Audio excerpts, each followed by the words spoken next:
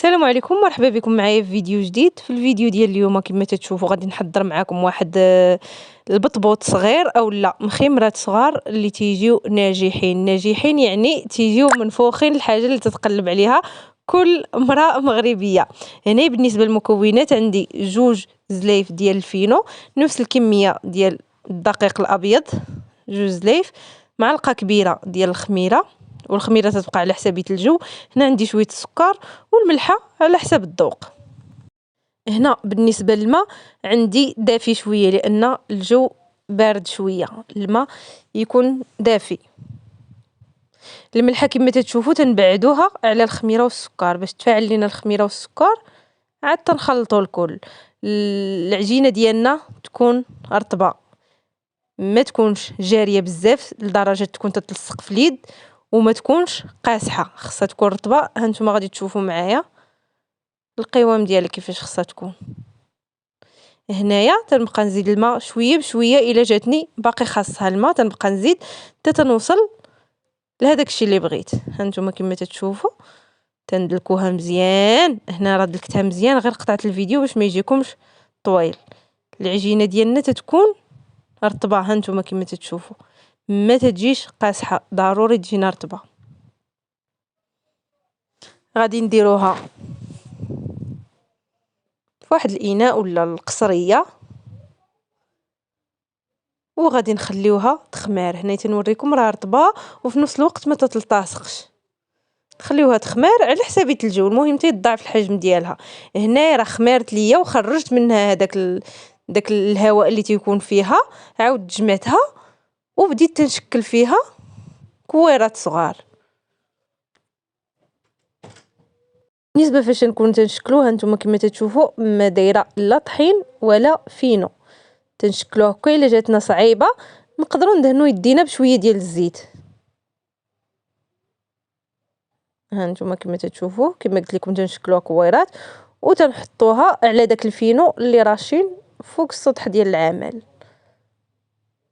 هنا تندوزو باش نقرصوا العجينه ديالنا، خليوها ترتاح شويه واحد 5 دقائق. انا ما خليتهاش ترتاح، نتوما خليوها ترتاح، انا ما كانش عندي الوقت باش نخليها. خليوها ترتاح شويه باش تجيكم ساهله في الدقراس. نقرصوهم مزيان تتيجيو رقاقين، وتقدروا تستعنوا حتى بالدلاك باش ما يجيكمش دوك الصبيعات ديال يديكم ما يبقاوش تما، لان المخمار تيتقرص بالصبعان ماشي بالكف، لان خصو يترقق مزيان. هنا كما قلت لكم تقدروا تستعملوا حتى الدلاك تيجي ساهل، تيسهل علينا. هنايا غادي نكمل الدقراس ديال الخبيزات ديالنا، غادي نحطهم فوق واحد الطاوله. هنا تنسوسهم من الفينو. هنا كما شفتوا ما خليتهم لا خمروا لا والو. هنا عندي جات تحت هذيك المنطه الزرقاء، فاش نكون تنحط فيهم تنغطي بديك المنطه صافي تنسالي. غادي ندوز نقطعهم بهذه ديال البيتزا. هنا الطريقه سهله، يعني ما غادي تحتاجي لا قطاعه لا والو، وما تضيعش العجينه، العكس ديال فاش نديروهم على شكل دائره تضيع لينا العجينه. وتندوزو نطيبوهم في واحد المقله اللي تكون سخونه مزيان، والعافيه تكون مجهده. تنأكد عليكم البنات العافيه تكون مجهده مزيان على حدها، وماشي غير تنحطو وتنقلبو، تنخليوها واحد شويه غير تيبداو يبانوا دوك بحال الفقاعات بحال هذوك المنفوخين، صافي تنقلبو.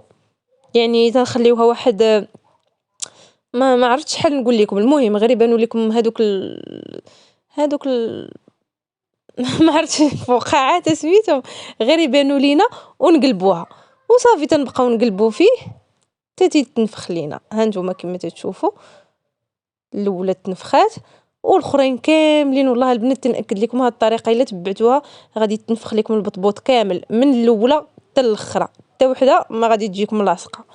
تنأكد المقله تكون سخونه مزيان والعافيه تكون مجهده على حدها. انا عندي هذه ديال الدوره مجهده بزاف، دايرها على 9 على اخر رقم فيها. وصافي هنا تنبقاو نقلبوا فيها حتى تتحمر لينا من جميع الجوايه، ما يبقاوش لينا بقاش لينا بيضه من شي جهه كما تتشوفوا. وبهذه الطريقه ديال المثلث كما قلت لكم ما تضيعش العجينه. الا درناها بالقطعه الدائريه تتبقى ديك العجينه تضيع علينا. احسن حاجه هي ديروها على شكل مثلث وديروها بالقطعه ديال البيتزا تتجي ساهله. وهنايا تنبقى نحيد شي حاجه وندير شي حاجه حتى تنكمل الكميه ديالي. وديما البنات مسحوا الخباز باش ما يبقاش لكم هذوك دوك النقيطات ديال الفينو كحلين في المخيمرات ديالكم. شوفوا ها نتوما ماشي غير لحتها وجيت قلبتها، لا، دابا في هذه المرحله فين غادي نقلبهم ان شاء الله.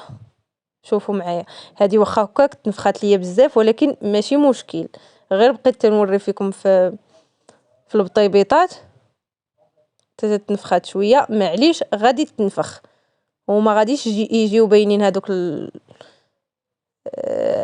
ما عرفتش اش نقول لهم، واقيلا فقاعات تيمشيو شي مرات المصطلحات ما غاديش يجيو باينين. ها نتوما غادي تشوفوا ونبقاو مستمرين هكا. بغيتو دهنوا بالزيت المقله باش يجيكم فيه داك اللوين، انا غادي في واحد في الاخرين غادي ندهن شويه المقله، تقدروا تدهنوها. ها نتوما كما تشوفوا تتنفخ كامل. وهاد المرحله شحال زوينه فاش يكون تتنفخ تتنفخ المخماره ولا البطبوط ولا كل واحد واش يسميه. وما تنسونيش من لايك الا عجبكم الفيديو ديالي، واللي ما مشتركش في القناه يشترك. انا نقولها لكم دابا لان كاين اللي ما تيكملش الفيديو، كاين اللي تيسرع الفيديو اللي شاف هذا المقطع ما تنساش لايك غير كتشجيع باش الواحد يزيد يعطي اكثر ويتشجع باش يحط فيديوهات ان شاء الله. انا ما كرهتش نوريكم كاع من الاول حتى الاخر كاع دوك البطيبيطات اللي درت باش تشوفوا كيفاش يتنفخوا، ولكن الفيديو غادي يجي طويل. راه هذا الفيديو كانت فيه نص ساعه تقريبا، نص ساعه زعما نص ساعه في الفيديو اللي صورت وبقيت تنقطع فيه باش يلا يكون 8 دقائق باش ما يجيش ممل. وهذه ديال جوز ليف ديال الفورس وجوز ليف ديال الفينو عطاتني واحد الكميه ما شاء الله كبيره، ودرتها في الفريغو. هنا من بعد ما صورت لكم قسمتها ودرتها في الفريغو. وهنايا هو الشكل ديالو دايره في هذا الطبق اولا الطبق، كل واحد وشنو تيقول ليه، حنا تنقولوا ليه الطبق. وكما تتشوفوا تيجي خاوي من الداخل.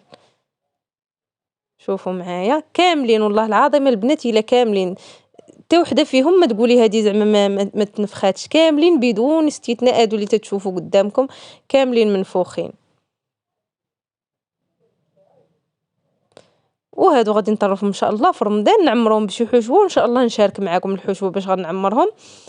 والله يعاونكم، نتلاقاو في شي فيديو جديد ان شاء الله. وما تنسونيش من لايك واللي عجبته القناه يشترك. نتلاقاو في فيديو اخر ان شاء الله.